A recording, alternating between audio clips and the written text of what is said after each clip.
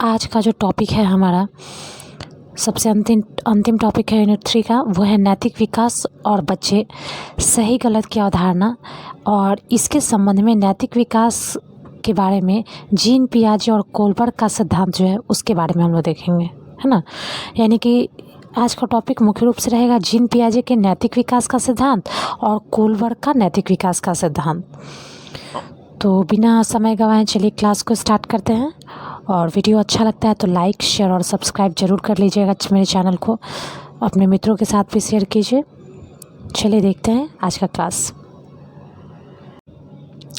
एक ही समाज के विभिन्न वर्गों की नैतिकता के स्वरूप में अंतर पाया जाता है। अच्छे या बुरे व्यवहार पर किसी वर्ग के विचार के अनुसार ही यह निर्णय किया जा सकता है कि उस वर्ग के व्यक्तियों के लिए नैतिक व्यवहार क्या है। और जानते हैं कि नैतिक व्यवहार जो होता है प्रति व्यक्ति अलग अलग होता है, उसके उम्र और वर्ग के अनुरूप होता है। तो चलिए देखते हैं आगे। बच्चा न तो नैतिक होता है और न ही अनैतिक, वस्तुतः वह तो विनैतिक होता है, क्योंकि उसका व्यवहार नैतिक नियमों द्वारा अनुशासित नहीं होता। नैतिक व्यवहार दिखलाने के पहले बालक को यह सीखना चाहिए कि उसका समाज किस वस्तु को अच्छा और किसको बुरा कहता है। यह सब धीरे धीरे अपने मित्रों, शिक्षकों और माता पिता से सीखता है। यह याद रखना चाहिए कि बालक की नैतिक शिक्षा शैशव तथा बाल्यकाल से प्रारंभ हो जानी चाहिए। बालक का पूर्ण नैतिक विकास उस समय होता है जब बालक नैतिक गुणों को नैतिक से अलग करके समझ लेता है ना, और उसके आचरण में वह गुंथ जाता है। तो देखते हैं जीन पियाजे का नैतिक विकास संबंधी सिद्धांत क्या है। बच्चे नैतिक मुद्दों के बारे में किस तरह सोचते हैं, इसके बारे में पियाजे 1932 में ने रुचि जागृत की थी। उन्होंने बहुत अधिक गहराई से 4 से 12 साल की उम्र के बच्चों का अवलोकन और साक्षात्कार किया। और जो जॉन पियाजे महोदय जो 1932 में जब इस चीज़ को प्रयोग कर रहे थे 4 से 12 साल की उम्र के बच्चों पर, तो उन्होंने बच्चों को खेल खेल में इन नियमों का अवलोकन किया था। बच्चे कैसे खेल खेल में इन नियमों का अवलोकन किया था कि किस प्रकार से वो नैतिक है या अनैतिक है। पियाजे ने बच्चों को कंचे खेलते हुए देखा ताकि वह यह जान सके कि बच्चे ने खेल के नियमों पर किस तरह से विचार किया। उन्होंने बच्चे से नैतिक मुद्दे जैसे सजा और न्याय के बारे में भी बात की। पियाजे ने पाया कि जब बच्चे नैतिकता के बारे में सोचते हैं तो वे 2 अलग अलग अवस्थाओं से होकर गुजरते हैं। संज्ञानात्मक विकास के सिद्धांत के साथ साथ पियाजे ने बालकों के नैतिक विकास के विषय में विभिन्न प्रकार के शोध कार्य किए, है ना। उन्होंने क्या किया, बालक के नैतिक विकास के बारे में क्या होता है, कैसे होता है, इसमें अलग अलग उन्होंने शोध किया। उनका मानना था कि सामाजिक अनुभव और संज्ञानात्मक परिपक्वता नैतिक विकास में महत्वपूर्ण भूमिका निभाते हैं। बच्चा का सामाजिक अनुभव कैसा है और उसका संज्ञानात्मक परिपक्वता कैसा है, जो कि महत्वपूर्ण भूमिका निभाता है। पियाजे ने बालकों में नैतिकता के विकास को जानने के लिए विभिन्न प्रयोग किए तथा इन प्रयोगों के परिणामों के आधार पर नैतिक विकास की निम्नलिखित अवस्थाओं पर विवरण दिया। पहला आता है जो 4 अवस्था प्रश्न इस प्रकार से पूछा जाता है। जॉन पियाजे महोदय का जो नैतिक विकास संबंधी है, नैतिक विकास सिद्धांत है, वो किन अवस्थाओं पर दिया गया, तो 4 अवस्थाओं पर बांटा गया है। पहला आता है शैशव अवस्था, यानी कि जन्म से लेकर के 5 वर्ष तक। शैशवावस्था जो जन्म से 5 वर्ष तक होता है, तो पहला अवस्था है। पियाजे के अनुसार इस अवस्था में बालक का व्यवहार किसी नैतिक मानक से निर्देशित नहीं होता, बल्कि उसके नियामक व्यवहार के परिणाम स्वरूप प्राप्त पीड़ा या आनंद के अनुभव से होता है ना। दूसरे बच्चे के साथ जैसा व्यवहार करते हैं, यदि कोई प्रेम करता है तो बच्चा उसके प्रति प्रेम प्रदर्शित करता है, तो उसका नैतिक व्यवहार इस तरह से होता है। कोई उसके साथ बुरा व्यवहार करता है तो उसका रिस्पॉन्स बुरा होता है या उससे दूर भागता है। तो इस अवस्था में जिस व्यवहार से बालक को पीड़ा होती है वह व्यवहार वह नहीं करता। इसके विपरीत जिस व्यवहार से उसे आनंद प्राप्त होता है वह व्यवहार बार बार प्राप्त कर। दूसरा अवस्था आता है पराधीनता प्राधिकार अवस्था, यानी 6 से 8 वर्ष तक। तो पराधीनता प्राधिकार अवस्था नाम से ही पता चल रहा है कि यह बाहरी सत्ता के द्वारा नियंत्रित होता है।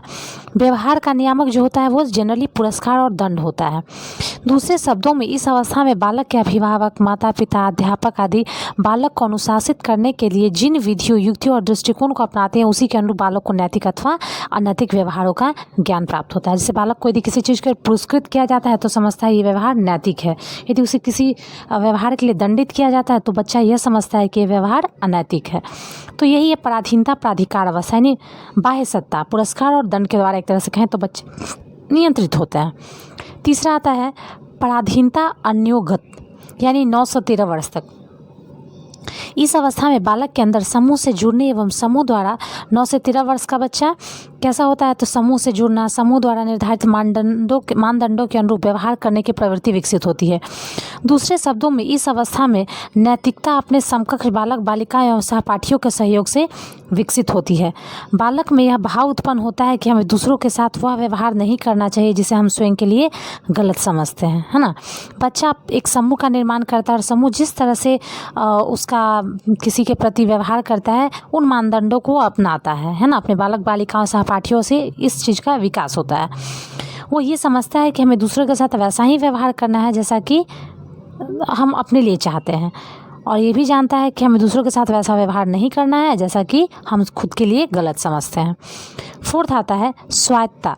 तो स्वायत्तता का जो उम्र है वह है 13 से 18 वर्ष तक। पियाजे ने इसे समता की अवस्था भी कहा है, 13 से 18 वर्ष तक। उनके चौथा और अंतिम अवस्था है स्वायत्तता, 13 से 18 वर्ष तक। पियाजे ने इसको समता का अवस्था भी कहा है। इसके अनुसार से इस अवस्था में किशोर अपने व्यवहार के लिए स्वयं की परिस्थितियों आदि को ध्यान में रखकर स्वतः निर्णय को लेकर व्यवहार करने के योग्य हो जाता है। तो ये उम्र चौथा अवस्था यानी स्वायत्तता, यानी खुद से निर्णय लेना। तो बच्चा जो है सो स्वयं 13 से 18 वर्ष का जो बच्चा है वह खुद से ही अपनी परिस्थिति के अनुसार से स्वयं के लिए उसको क्या निर्णय लेना है, वो जब इस तरह का व्यवहार करता है तो उसको स्वायत्तता का अवस्था कहा जाता है। चूँकि छोटे बच्चे बाहरी सत्ता वाली नैतिकता के स्तर पर होते हैं, वे किसी के व्यवहार के बारे में सही या गलत का निर्णय उस व्यवहार से होने वाले परिणामों को देखकर नहीं लेते हैं, परिणामों को देखकर लेते हैं, न कि व्यवहारकर्ता के उद्देश्यों के आधार पर, है ना। व्यवहारकर्ता का उद्देश्य अब क्या है, उसको नुकसान पहुंचाने का है, और ऐसे उसको बच्चा को सामने से लग रहा है कि नहीं वो सही कर रहा है, उसके लिए प्रोत्साहित करने वाला है। तो ये जो शैशव अवस्था वाला है 0 से 5 वर्ष तक वाले बच्चे में, उसमें ये समझ विकसित नहीं होता है।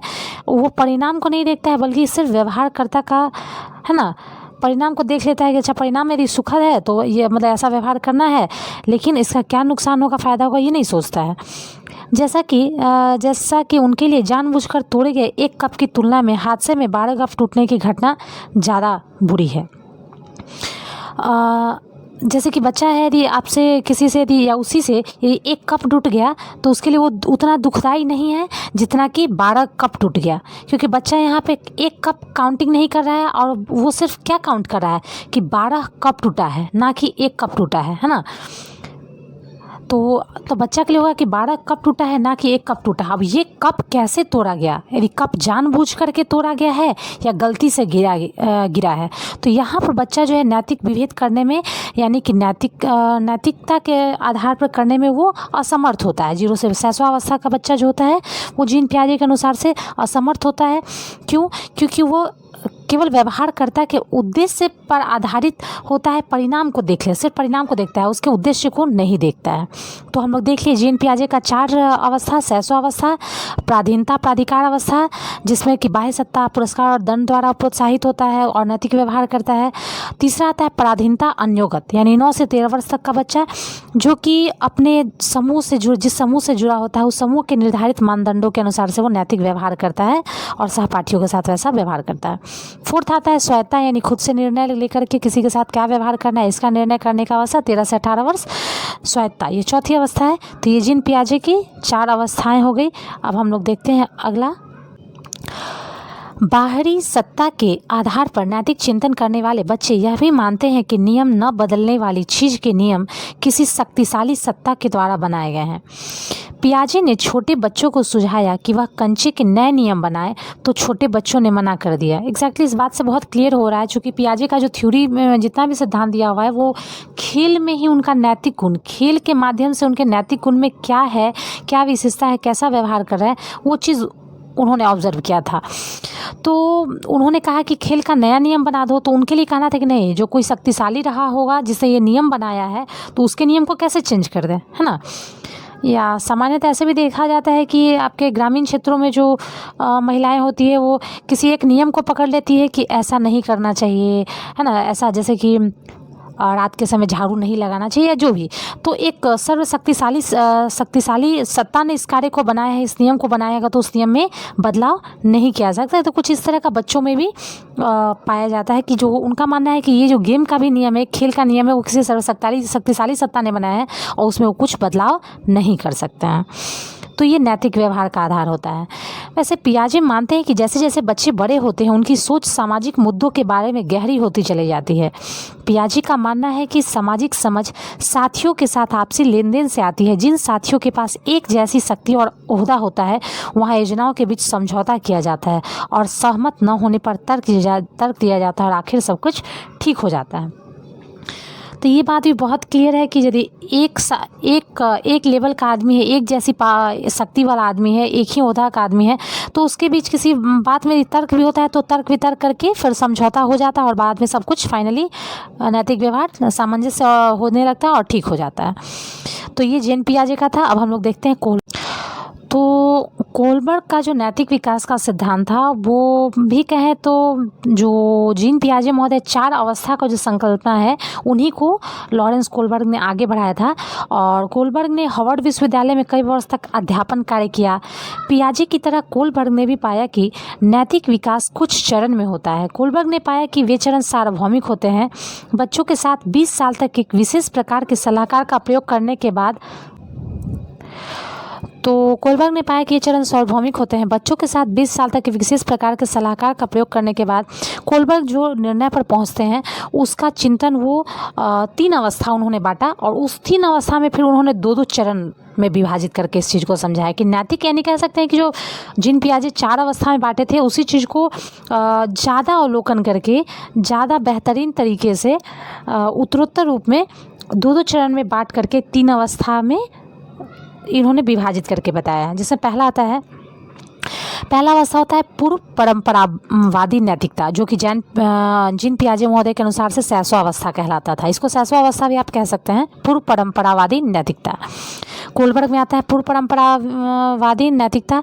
यह नैतिक चिंतन का सबसे निचला चरण है, पर इसे बाहर से मिलने वाली सजा और उपहार का प्रभाव पड़ता है ना। पूर्व परंपरावादी नैतिकता में यदि बच्चा को चॉकलेट दीजिए कि नहीं तुम किसी को प्रणाम करोगे तो तुमको चॉकलेट देंगे, और तुम किसी को यदि प्रणाम नहीं करते हो तो तुमको दंड मिलेगा, पिटाई पड़ेगी, या फिर तुम्हारा जो चॉकलेट वाला हिस्सा है वो तुमको नहीं मिलेगा। तो या फिर कहीं उसके पसंदीदा जगह पे घुमाने ले जाते हैं तो वो चीज़ ऐसा नहीं किया जाएगा तो उसके लिए दंड होगा। तो इस परिस्थिति में बच्चा पूर्व परंपरावादी नैतिकता का विकास होता है और इस चरण को कहते हैं 4 से ये चरण जो होता है वो आता है बाहरी सत्ता पर आधारित रहता है ना, जो कि आज्ञा एवं दंड अवस्था भी कहलाता है 4 से 10 वर्ष के बच्चा के लिए। कोलबर्ग द्वारा प्रस्तुत यह प्रथम अवस्था जीन पियाजे द्वारा प्रस्तुत प्रथम अवस्था के समान ही है। इस अवस्था में बालक यह मानता है कि उसे शक्तिशाली प्राधिकरणों द्वारा निर्धारित नियमों को बिना किसी संदेह के मानना है।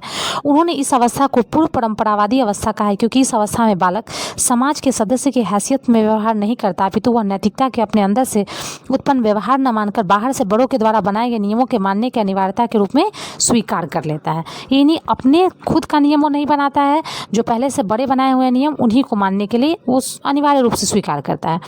अतः यहाँ नैतिकता सोच समझ में बधी होती है। जैसे बच्चे यह मानते हैं कि उन्हें बड़ों की बातें माननी चाहिए, नहीं तो बड़े उन्हें दंडित करेंगे। चरण दूसरा जो आता है, पहला हम लोग का था पूर्व परंपरावादी, पहला जो अवस्था था 3 अवस्थाएं बता चुके हैं कोलबर्ग बांटे, जिससे पहला है पूर्व परंपरावादी नैतिकता, उसको 2 पार्ट में बांटा गया, बाहरी सत्ता पर आधारित, और दूसरा साधनात्मक सापेक्षवादी उन्मुखता, व्यक्तिगत केंद्रित एक दूसरे का हित साधने पर आधारित नैतिक चिंतन। इस अवस्था में बालक यह अनुभव करने लगता है कि किसी विशिष्ट प्राधिकारिता द्वारा आयोजित दृष्टिकोण ही सही नहीं है, बल्कि भिन्न भिन्न व्यक्तियों के स्वयं के भी दृष्टिकोण हो सकते हैं। इस अवस्था में बालक के उत्तर समाज के सदस्य के रूप में दिए गए उत्तर न होकर समाज से भिन्न किसी व्यक्ति द्वारा दबाव अथवा दंड की अवधारणा के ध्यान में रखकर दिए गए उत्तर लगते हैं। यहाँ बालक यह देखते हैं कि व्यक्ति आपस में एक दूसरे के हित की बात करते हैं, किंतु अभी भी वे अपने व्यवहार को परिवार अथवा समाज के मूल्यों के साथ जोड़कर नहीं देखते हैं। अतः यह बच्चा सोचता है कि अपने हितों के अनुसार कार्य करने में कुछ भी गलत नहीं है, पर हमें साथ में दूसरों को भी उनके हितों के अनुरूप काम करने का मौका देना चाहिए। अतः इस स्तर की नैतिक सोच यह कहती है कि वही बात सही है जिसमें बराबरी का लेन देन हो रहा हो, है ना। वही बात सही है जहाँ बराबरी का लेन देन हो रहा हो। ठीक है, अपना पूरी तरह से नहीं करना है, लेकिन हाँ, जो दूसरे के साथ कुछ गलत भी नहीं हो। अगर हम दूसरे की कोई इच्छा पूरी कर दें, अगर दूसरे की कोई इच्छा हम पूरी कर दें तो वह भी हमारी इच्छा पूरी करेगा, ऐसा माना जाता है। व्यक्ति के अंदर एक दूसरे का हित साधने पर आधारित नैतिक चिंतन, पूर्व परंपरावादी चिंतन का ये दूसरा चरण हो गया। देखा गया है कि अक्सर बच्चों का व्यवहार उनके माँ बाप या किसी बड़े व्यक्ति द्वारा बनाए गए नियमों पर आधारित होता है। और जो अगला आता है तीसरा चरण, चरण 3, प्रशंसा की अवस्था, अच्छे आपसी व्यवहार व संबंधों पर आधारित नैतिक चिंतन। इस अवस्था में बालक जब किशोरावस्था में प्रविष्ट होने लगता है तो वह नैतिकता को एक सामान्य कार्य व्यवहार से अधिक महत्वपूर्ण समझने लगता है। वह यह विश्वास करने लगता है कि लोगों को परिवार एवं समुदाय की अपेक्षाओं के अनुरूप ही जीवन यापन करना चाहिए और अच्छी तरह से व्यवहार करना चाहिए, है ना। क्या मानता है कि अपेक्षा के अनुरूप ही, जैसा परिवार एवं समुदाय की अपेक्षा उससे रखते हैं उस अनुसार से उसके जीवन यापन करना चाहिए और अच्छी तरह से व्यवहार करना चाहिए। कोलबर्ग द्वारा प्रस्तुत प्रथम 3 अवस्थाओं तथा पियाजे की प्रथम 2 अवस्थाओं में काफ़ी समानता है। कोलबर्ग का प्रथम 3 अवस्था और पियाजे का प्रथम 2 अवस्था में काफ़ी समानता है। इन दोनों ही क्रमों में बालक बिना शर्त आज्ञाकारिता से एक सापेक्ष दृष्टिकोण एवं अच्छे प्रति झुकाव की ओर अग्रसर होता है। यह अग्रसरता पियाजे द्वारा वर्णित प्रथम 2 अवस्थाओं से होती हुई 3 अवस्थाओं को पूरा करने के पश्चात होती है। अतः इस स्थिति में लोग विश्वास, दूसरों का ख्याल रखना, दूसरों के निष्पक्ष व्यवहार को अपने निष्पक्ष व्यवहार का आधार मानते हैं। बच्चे और युवा अपने माता पिता द्वारा निर्धारित किए गए नैतिक व्यवहार मापदंडों को अपनाते हैं जो उन्हें उनके माता पिता की नज़र में एक अच्छा लड़का या लड़की बनाता है। तो चौथा चरण आता है जो कोलबर्ग का दिया है, वो आता है सामाजिक व्यवस्था जो बनाए रखने के लिए आधारित नैतिक चिंतन क्या है। तो वो होता है कि पूर्व में जो वर्णित तृतीय अवस्था है जिसमें तार्किकता परिवार के सदस्यों के मध्य एवं घनिष्ठ मित्रों के बीच स्थापित संबंधों में अधिक दिखाई देती है, जहाँ एक व्यक्ति दूसरे की भावनाओं, आवश्यकता आदि को समझने एवं उसकी सहायता करने का प्रयत्न करता है। इसके विपरीत तीसरा अवस्था में देख रहे थे कि जितना करीबी लोग हैं, जो उसके मम्मी पापा हैं, भाई बहन है, तो उनकी भावनाओं का बच्चा कदर करता है, उनकी आवश्यकताओं का ध्यान रखता है और सहायता करने का भरपूर प्रयास करता है। लेकिन जो चौथा चरण आता है जो सामाजिक व्यवस्था बनाए रखने के लिए जो नैतिक चिंतन करता है, तो उसमें व्यक्ति अपने संबंधों की परिधि को बढ़ाते हुए पूरे समाज के साथ साथ अपने को जोड़ते हुए कानूनों के अनुपालन, प्राधिकारिता के प्रति आदर और अपने कर्तव्यों का निष्ठा से अनुपालन करने के योग्य हो जाता है, जिससे कि सामाजिक क्रम को ठीक ढंग से लागू रखने में सुविधा हो सके। अतः इस स्थिति में लोगों के नैतिक विकास की अवस्था सामाजिक आदेश, कानून, न्याय और कर्तव्यों पर आधारित है। चतुर्थ अवस्था अब वो परिवार से ऊपर उठ चुका है, अब सामाजिक आदेश, कानून, न्याय और कर्तव्य पर आधारित होता है। जैसे किशोर सोचते हैं कि समाज अच्छे से चले, इसके लिए कानून के द्वारा बनाए गए दायरे के अंदर ही रहना चाहिए। ये हो जाता है चतुर्थ चरण में आते आते बच्चा में। अब दो हम लोग देख चुके हैं, 4 चरण पढ़ चुके हैं। पहला था पूर्व परंपरावादी चिंतन, दूसरा था परंपरावादी चिंतन, अब तीसरा आता है उत्तर परंपरावादी नैतिकता, है ना। तो उत्तर परंपरावादी नैतिकता को किशोरावस्था का टाइम भी कह सकते हैं। यह कोलबर्ग के नैतिक विकास के सिद्धांतों की तीसरी अवस्था है। इस स्थिति में वैकल्पिक रास्ते खोजे जाते हैं और फिर अपना एक नैतिक व्यवहार का रास्ता ढूंढा जाता है। अब ये नहीं कि पहले से जो नियम बनाया गया उसी के अनुसार से चलेंगे। अब बच्चा ये नहीं सोचता है, अब इससे थोड़ा सा आगे बढ़ जाता है कि अब परिवार से भी आगे बढ़ गया तो समाज, कानून, इन सारी चीज़ों को लेकर तब नैतिकता का व्यवहार उसमें झलकने लगता है।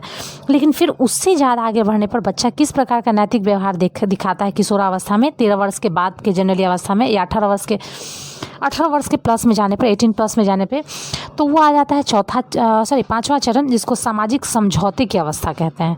सामाजिक अनुबंध, उपयोगिता, व्यक्तिगत अधिकारों पर आधारित नैतिक चिंतन। इस अवस्था में बालक प्रश्न करना शुरू कर देता है कि एक अच्छा समाज किन कारणों से बनता है। इस अवस्था में वे अपने समाज को क्रियाशील बनाए रखने के विचार से ऊपर उठकर यह सोचने लगते हैं कि किसी समाज को अच्छा बनाने के मानदंड क्या हो, उसमें किस प्रकार के मूल्यों की स्थापना हो तथा उसे किस प्रकार के अधिकारों से युक्त होना चाहिए। इस अवस्था में वे स्वयं निर्धारित मानदंडों के आधार पर विभिन्न सामाजिक अवस्थाओं का आकलन भी करते हैं। अब जैसा कि देख चुके हैं कि कोई बालक जहाँ पर पहले केवल समाज के ये का ध्यान रखता था कि समाज इस चीज़ को अनुमानित कर रहा है, सही कह रहा है तो हमको उसको अपनाना है।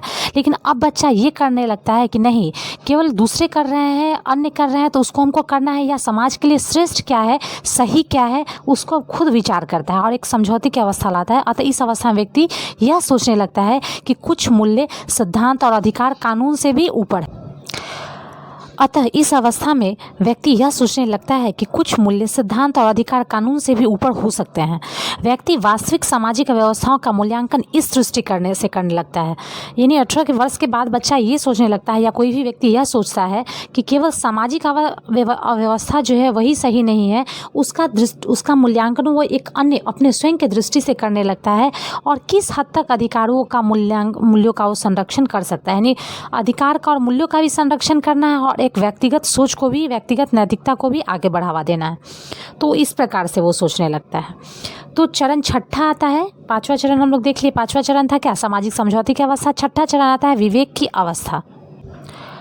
और अब अंतिम जो यानी कि उत्तर परंपरावादी चिंतन के नैतिकता में, उत्तर परंपरावादी नैतिकता के बाद जो अंतिम चरण उसका आता है, चरण 6, जिसको कहते हैं विवेक की अवस्था, है ना। तो इस विवेक की अवस्था, या कह सकते हैं सार्वत्रिक नीतिपरक सिद्धांत उन्मुक्तता, तो ये है सार्वभौमिक नीति सम्मत सिद्धांतों पर आधारित नैतिक चिंतन। ये पंचम अवस्था के उत्तरदाता की नैतिकता एक अच्छे समाज की संकल्पना से जुड़ी होती है। वे कुछ व्यक्तिगत अधिकारों के संरक्षण तथा किसी भी विवाद को जनतांत्रिक प्रक्रिया द्वारा सुलझाने, तो जो किसी भी विवाद को जनतांत्रिक प्रक्रिया द्वारा सुलझाने पर बल देते हैं। कोलबर्ग ने यह अनुभव किया कि केवल इस कल्पना मात्र से ही न्याय प्राप्त नहीं किया जा सकता, इसके लिए एक और उच्च अवस्था होनी आवश्यक है, जिसके अंतर्गत कुछ ऐसे आधारभूत सिद्धांत परिभाषित किए जाएंगे जिनके द्वारा सही ढंग से न्याय प्राप्त किया जा सकता है। यह कोलबर्ग के नैतिक सिद्धांतों की सबसे ऊंची और छठी अवस्था है। इस अवस्था में व्यक्ति सार्वभौमिक मानवाधिकार पर आधारित सभी एक तरह से क्या कि सभी मानवों के लिए जो सर्वश्रेष्ठ नीति होगा उस नैतिक मापदंड को बनाता है। जब भी कोई व्यक्ति अंतरात्मा की आवाज़ के द्वंद्व के बीच फंसा होता है तो वो व्यक्ति यह तर्क करता है कि अंतरात्मा की आवाज़ के साथ चलना चाहिए, चाहे उसका वो निर्णय जोखिम से भरा ही क्यों न हो। इसीलिए उसे कुछ भी करने से पहले अपनी भावनाओं के अलावा औरों की जिंदगी के बारे में सोचना चाहिए। कोलबर्ग के न्याय की संकल्पना Gandhi, can't, Martin Luther king आदि नैतिकवादी नेताओं की अवधारणाओं के अनुरूप ही है, जिसके अनुसार बिना किसी भेदभाव के प्रत्येक व्यक्ति के सम्मान की रक्षा संभव होनी चाहिए। साथ ही ऐसे भी कानून को मान्यता न दी जाए जो कुछ लोगों के हितों की रक्षा करता हो और दूसरों को दंड देने हेतु प्रयुक्त हो। उपयुक्त विवरण के आधार पर स्पष्ट है कि पियाजे के विपरीत कोलबर्ग ने नैतिक विकास की अवस्थाओं को सामान्य विकास की अवस्थाओं से न जोड़कर नैतिक तार्किकता के विकास की अवस्थाओं से जोड़ा है। यहाँ पे वर्ड बहुत इंपॉर्टेंट हो जाता है कि नैतिक तार्किकता से जोड़ा है। किसने? कोलबर्ग ने, है ना। सामान्य विकास, पियाजे जो है सो जो नैतिक विकास का अवस्था है उसका सामान्य विकास बताया है, जबकि नैतिक रूप से तार्किक कितना है, तो इस तार्किकता का जो विकास है वो कोलबर्ग की थ्योरी में बहुत हद तक आया है। तो देख लिए आज का क्लास। अब मिलते हैं फिर नेक्स्ट क्लास में। Thank you.